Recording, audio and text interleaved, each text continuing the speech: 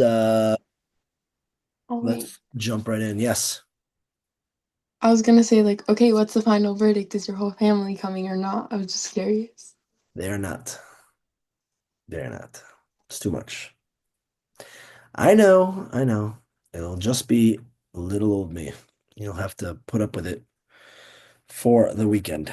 So, we are in the midst of talking about the midas of nikios, of cleanliness, and we're now going to take a little bit more of a deep dive, right? So we gave a basic overview last time. We were talking about how a person sort of reaches this level of saintliness, this level of tzidkis, where it's not even that they've purged themselves of like the desire to sin. It grotesques them, right? That it's not like, oh, we're locked in a free will battle. I have this tremendous taiva to want to do an avera, and yet I'm resisting from it. Okay, no, that's not what we're talking about. Nikias is where you've gone from, hey, this is the good that I do to this is the good that I am. I'm just this way. I've removed myself all the schmutz. I'm not struggling with that anymore. So let's dive a little bit deeper the way that a person gets there. Now, I want to make this caveat again and bring out this point because when we're reading this, you can appreciate the midah even though it's so far beyond your reach to be able to obtain. The cues for many of us is just like, wow, that's something that's like beyond what we can attain. Yeah, Surachaya. What's it called? That we're learning it's like today, this week, whatever, um, about tefillin. And we were saying that like one of the fundamental ideas about tefillin, about like the yad tefillin, is that you're like acknowledging like I have emotions, I have all these things, and like that's fine and that's okay. So I'm so sorry, I can't with both of you smiling at me. It's so awkward. And that We're sitting like here talking about the fill-in and then we're smiling and it's our fault. Tina is like It's really funny. I mean, You you're go. going to MMY, so you have to actually learn Hilchas fill-in so you can prepare to rap when you get there. I hear. Makes no, I think it was a unit started out of spite that we missed so much school from the Israel It was trip. from Lion Launch, so he started it because there was no girls there. I missed all that, but yeah, continuing. So It was a unit started out of spite that we missed so much school because uh, of Lion Launch. we'll show you and learn about the film. Yeah, so basically we were learning about it and how like Yad Tefillin is like the kind of like lesson is like that like I have emotions and like I need to be fine with that because like that's how Hashem made me. Like we all have emotions and like you have to acknowledge like I have emotions, that's fine, that's good. I shouldn't be embarrassed of them. Okay, like maybe I need to control them, but like how does it fit in? Because here you're saying like the whole like that they don't exist and like that you can get to a point where like it Oh, hold on. You're conflating emotions and taiva. not emotions, but like those terms like in our When class a are person has like a incredible urge to go and commit a sin where like let's say you like want to eat Chipotle and you feel this like incredible pull towards it. Like you might be experiencing emotions, but that's not an emotion. That's not an emotion. Emotions, of course, emotions are valid. They're feelings, right? Right? And they're not no, right. but that's what he was saying was an emotion. He was saying like, okay, so if I feel like I want to go do this sin. Your Yetzer Hara might use emotions as their, but like the raw taiva to do something for sure. That's a person can have the ratzon for HaKadosh Baruch Hu, for example. The same thing can be used for positive or for negative. So if your midos are agents of good, of tov, and not ra, then you haven't suppressed any emotions. You haven't gotten rid of. You've gotten the rid. Like for example, like a person wants to go, uh, you know, drink and dance, right? They want to go. Someone who loves going to a club and getting hammered and dancing the night away, right? Or you go to a you go to a simcha, you go to a chasana, you go to a wedding, and now you're taking l'chaims at the chassan stish and you're dancing because you want to be sameach chassan kala. You're doing the same thing. There's still the same level of like action and excitement, but you're redirecting it to something that's positive, right? A person can love their chicken burrito, or they can love learning Torah, like, oh, it's love. It just depends on which direction you're putting it in. So we're not talking about the suppression of emotions, God forbid. We're talking about morality, where your No, but desire is drawn towards. like you were saying, so but so someone who's going to like drink and dance, celebrate at a wedding, would Might they not, have like that this? might not be the best because we're talking about rolling an action that can be done positive or negative. You were talking more about the emotion and or the desire. Okay, but like using that example, like someone who's like going to a wedding and whatever, drinking, dancing, and that's completely fine, I guess. and but like going to a club and doing the same thing is not the same thing. And is like it's not like judged whatever the same way. So, but would that person who's only ever like I'm only ever gonna drink and dance in a wedding, are they like are they do they have this quality of Nikios? Not It, quality, it's not the existence. mida. The Like mida, yeah, the mida, the quality of Nikios. No, it's about expunging that desire to want to do. If somebody has a taiva to want to do something negative and they constantly choose to do something positive, that then they haven't reached that level of Nikios because there's a part of them that still desires something that's raw, that's evil. so then the thing would be I'm never going to dance and drink again, even if it's at a wedding, even if it's there.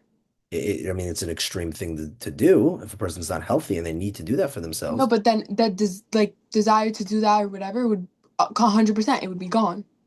But that's why I want to retract. I guess that example isn't perfect because that's talking about an action. An action could be neutral. It's just the way that you use it, right? A person can do an incredible amount of damage with money or turn a lot of positive things, right? Sexual immorality could be the worst sin in the entire world if it's used destructively, or it could be the biggest mitzvah if it's the creation of life. So no actions in and of itself are inherently right or wrong. It depends how you use them. So actions aside, midos as well, right? If a person is using their power of influence to peer pressure people to doing something negative, or they use that midah of influence and they use it to promote people to do things that are positive, right? If a person let's say anger, which is a very tricky one, right? It's an extreme one, but let's say a person is zrizus, right? Zrizus is a midah. Do they use their zrizus to do bad, or do they use their zrizus to do good? We're not talking about killing off the midah of zrizus in a person. That's something that's a part of them, right? That's a element of them. That's a midah of theirs. It shouldn't be killed off. It should be used correctively. So a person killing off their desire for wanting to do ra, right? Doesn't let's say somebody had a girl back in the day. She wanted her dream was to be a part of a sorority, right? She just wanted to be. It was, and I said, when you continue in your journey, she's like, how am I ever going to give that up? It was always my dream. There'll come a day when you continue to work on yourself, where you won't have that desire anymore. And lo and behold, she did. Why? Because her desire to want to be part of something, and she became part of the frum community. That filled that void. So it's not like her desire to want to be part of a community went away. There was still that rutzon there, but it was the rutzon to be a part of this community because this is in line with my morals and my values. Now the thought of wanting to go to a sorority is abhorrent to me, right? She's worked and gotten to that place in her life. So there's Okay, so would that be Nikios? in that specific example, Because yes.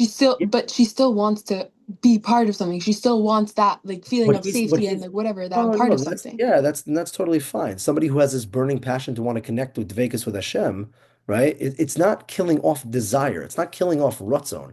It's getting rid of a person's uh desire for ra. There's good and evil. There's tov and ra. Person should want to desire ra. Use all their emotions and their midos. It's not about the midah itself. It's about which direction it's going in. What are they ultimately trying to get at? So a person isn't pure. They haven't reached this place of cleanliness when they have a when you like okay, Rashi talks about it when a person says, I want pig, right? He says like, oh, pig looks so good, the bacon looks sick. Well, what can I do? Hashem told me I can't have it. That's not Nikios, right? Nikios is like when a person says like, "Oh, I love that music, that the little wee wee rap music. I love that stuff. I don't listen to it because I want to keep my neshama pure."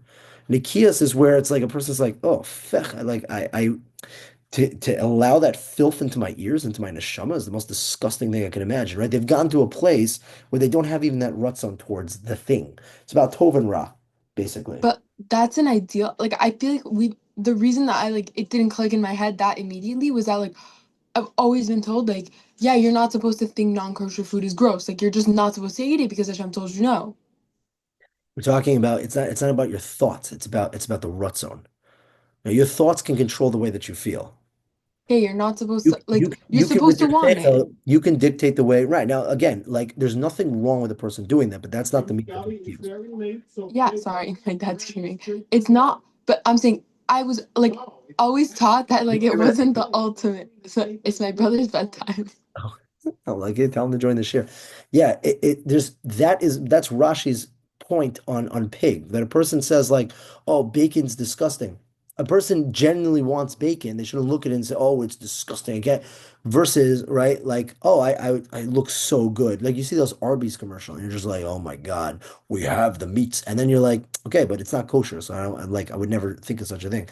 A person ideally get to a point where there is no part of them that looks at it, and they see the impurity there, and they're like, oof. Again, we are not going to reach this level, and maybe in some So areas. like even though it might be the best thing in the world, I don't care because I don't want it because it's not kosher. You just like think about it. Do you think about like the Oh wait, greatest? that was right? Or no? Yeah, yeah. Okay, Oh, fine. Then I got it. somewhat missed what you said, but think about Oh. who's like the most saintliest of people.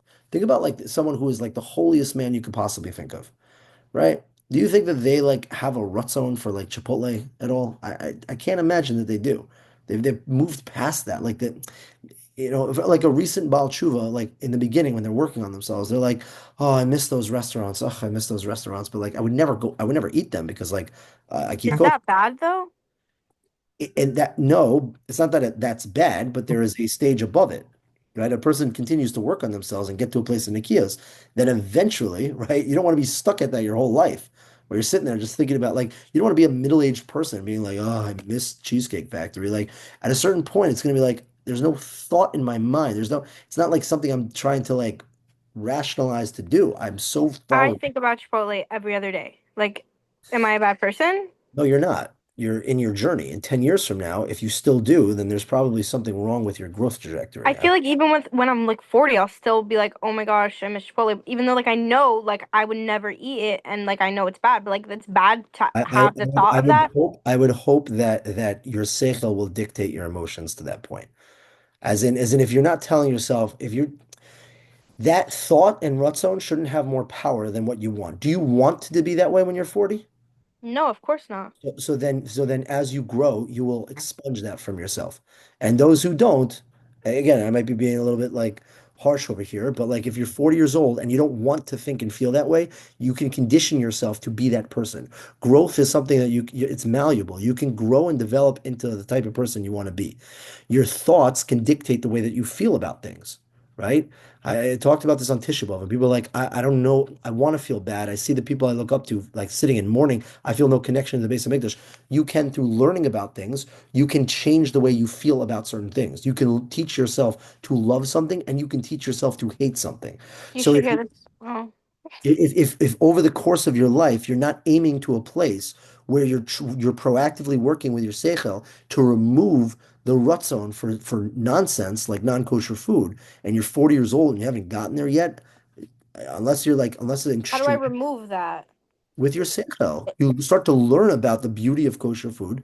You start to learn about the damage that a Jew does every time they put something not kosher into their body, the severe spiritual damage and the blockade, what it causes to their ability to connect with Hashem. And then you start to be disgusted by such a thing, right? Right. Over time, you lose when you're intellectually are disgusted by something, over time, right? People who have again who have very bad habits and are involved in things that are impure that they shouldn't be. Over time, they can condition themselves through their seichel to move themselves out of that spot.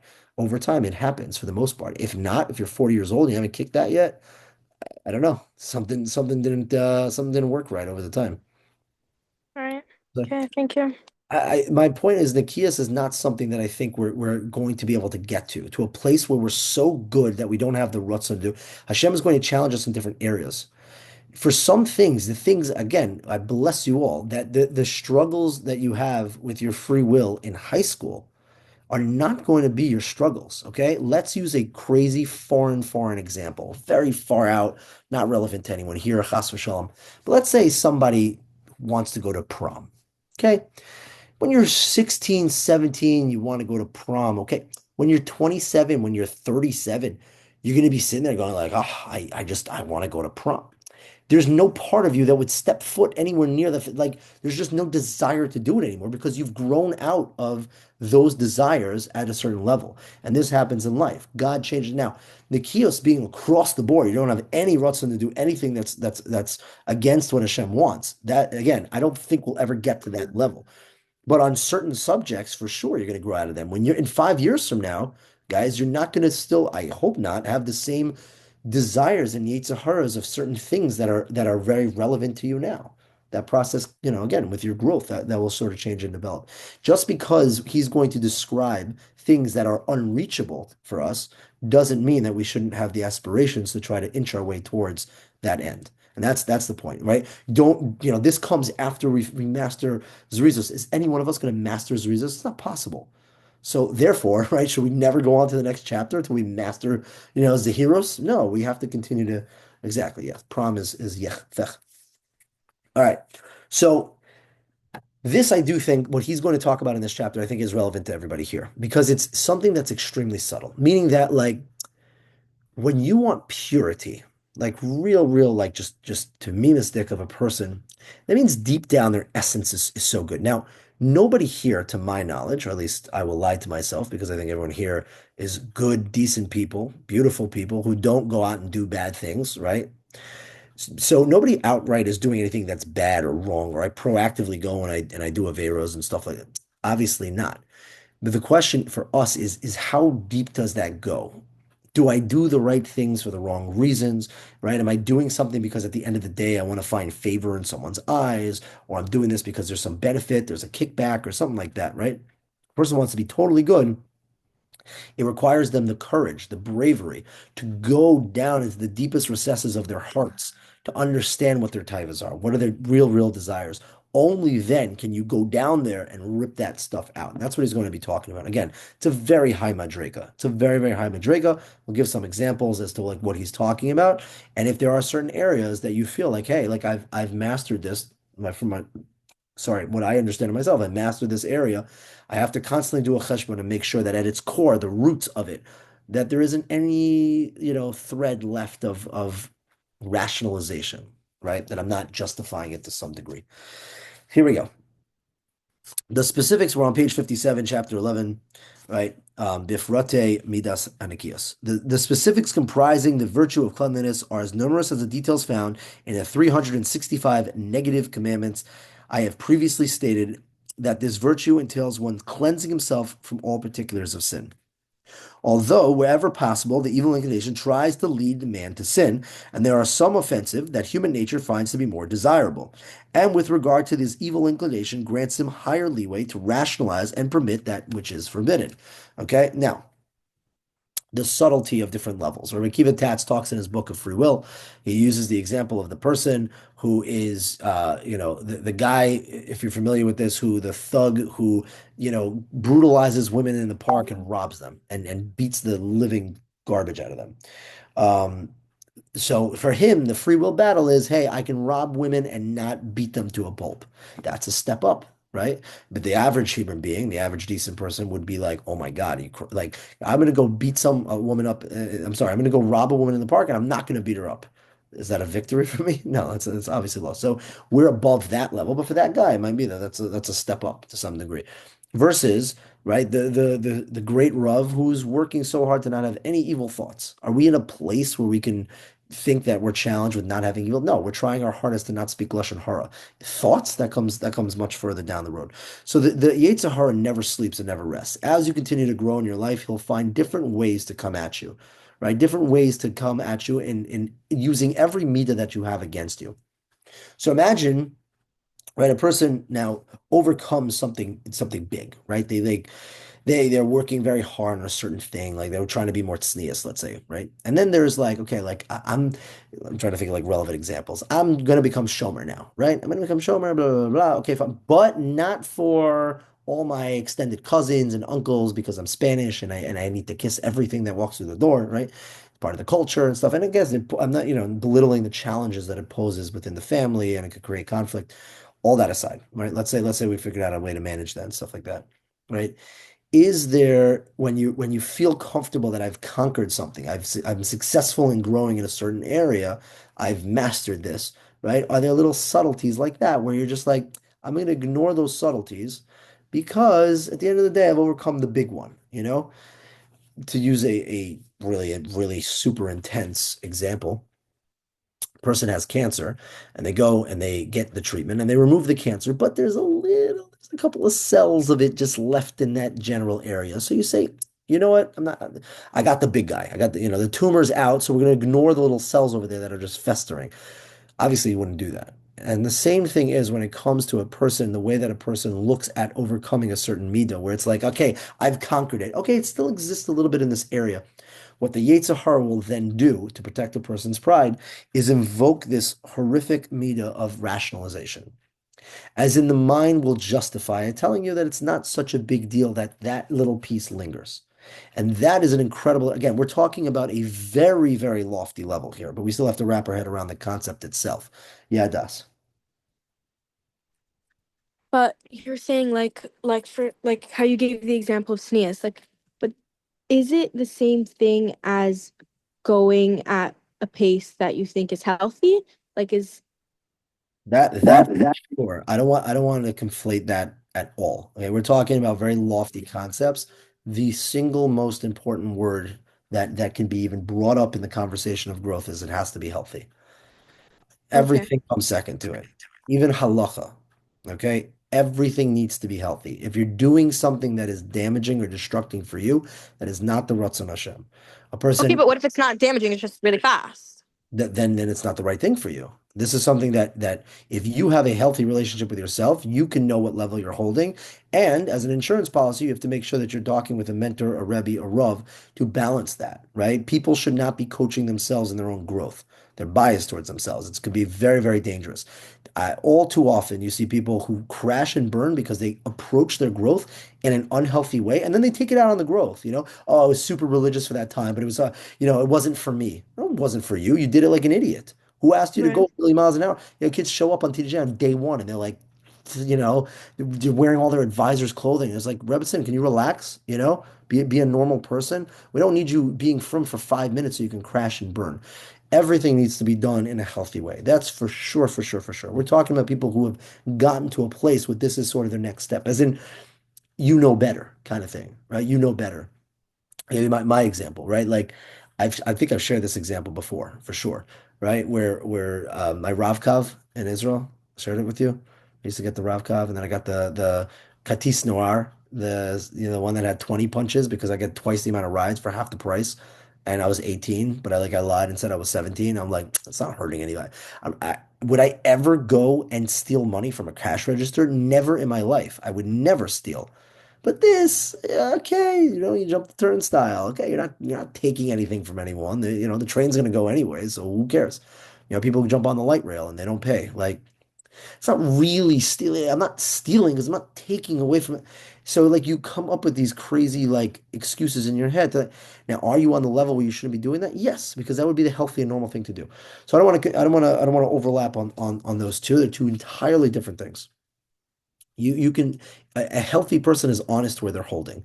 I'm not taking this on because I'm not holding there yet, right? If I want to work on sneeze and I'm not willing to just go and burn all my day, like, oh my God, like how am I gonna wear stockings in the heat of Florida? I was just like, you became from 5 seconds ago, like deep breath. Let's pace ourselves. What about doing something to keep you from doing something? Is Well, that also considered not healthy? it depends what it is, but the answer could be yes or no, depending on what it is. Right? If a person is not healthy, where they have like zero self-control, right? So they need to do something extreme to protect themselves. It's like those alcoholics who like cannot see with their eyes a bottle because if they see a bottle, it will trigger them and they'll start, like really nebuch. That person's not a healthy person, so they need to do something to the opposite ends of the extreme to balance themselves out. But the goal in life is to be healthy. To be normal, to be healthy, and so you have to pace yourself with certain things. Now, if a person is really unhealthy, it might require a dramatic, opposite end of the spectrum, typically extreme response to balance themselves out.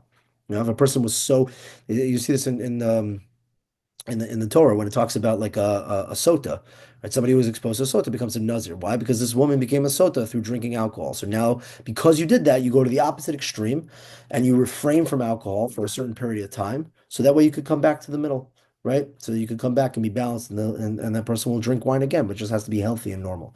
So healthy is the most important thing. Every person's supposed to be healthy. Derech eretz kadmon Torah. If your vessel is broken, and it doesn't matter how much beauty you pour into it, it's going to be pouring out all over the place.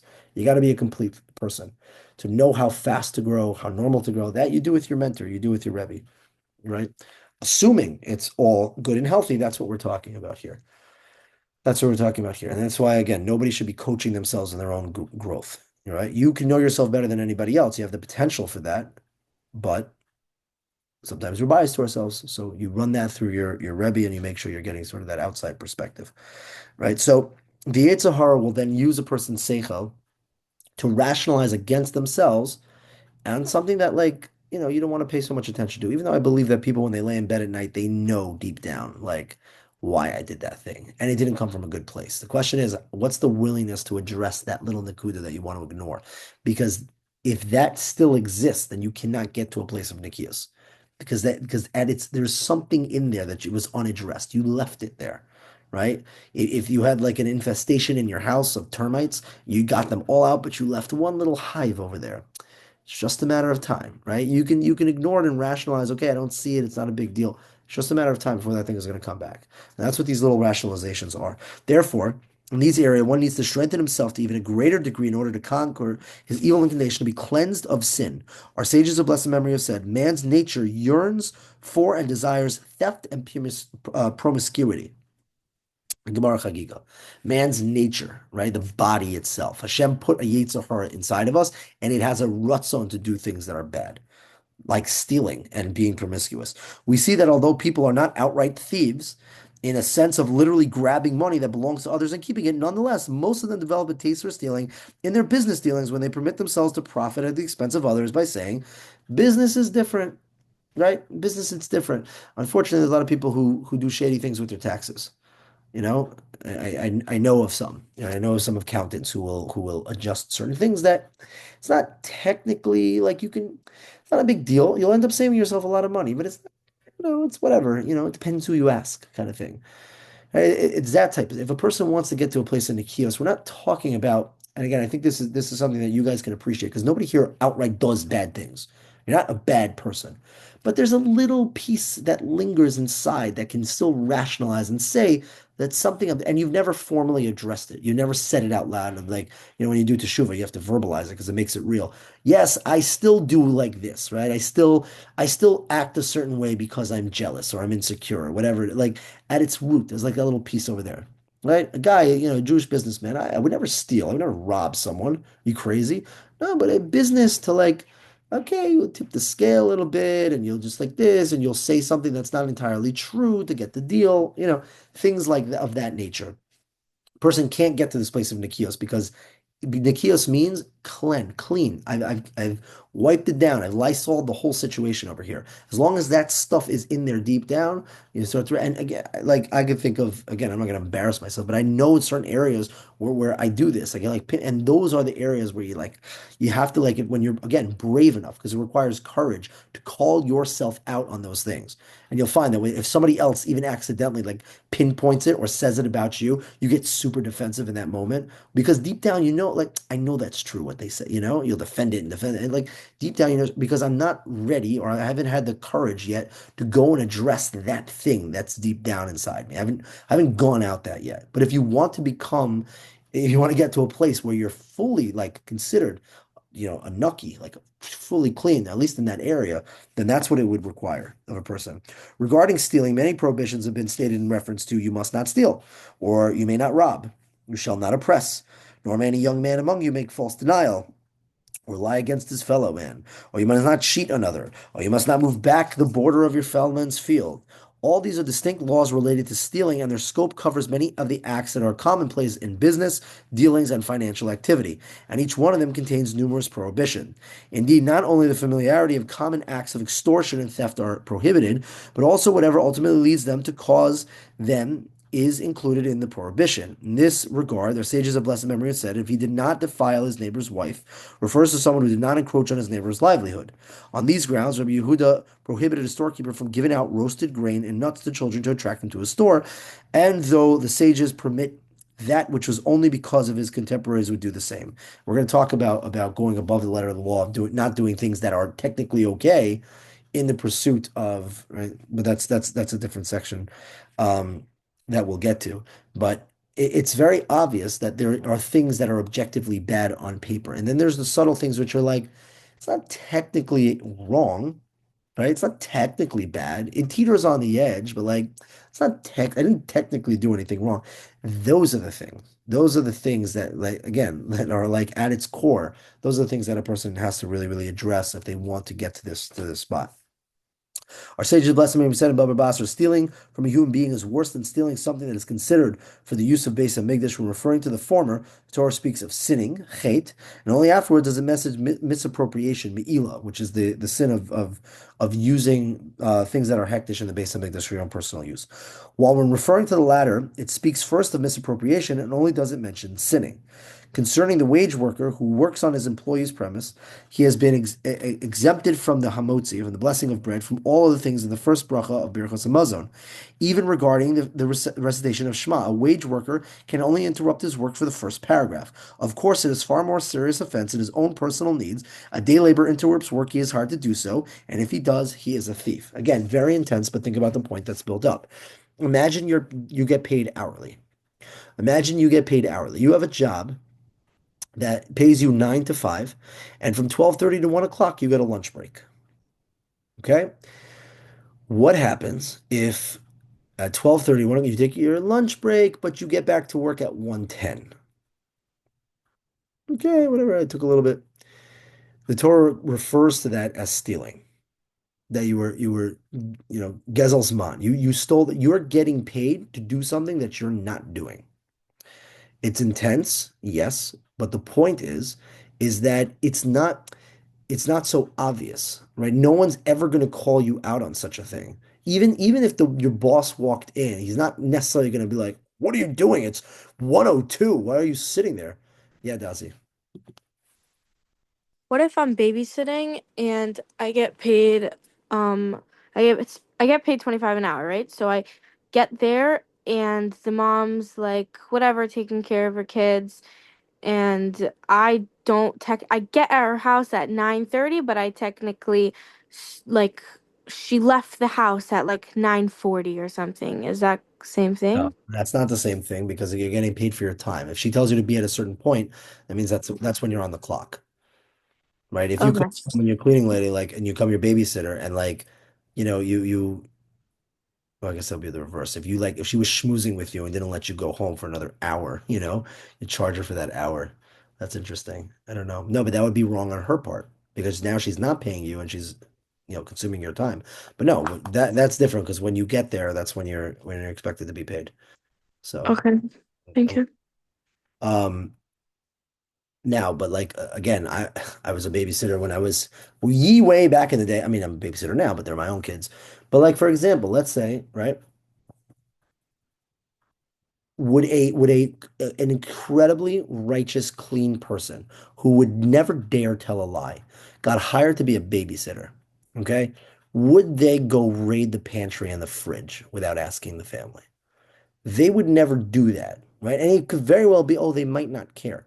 But doing that without asking, again, a person who wants Nikias wouldn't do something like that because is it stealing? You can rationalize that it's not. But is it? It might be. It might be. Did you have permission to go and like eat all their snacks? I don't know. I don't think so.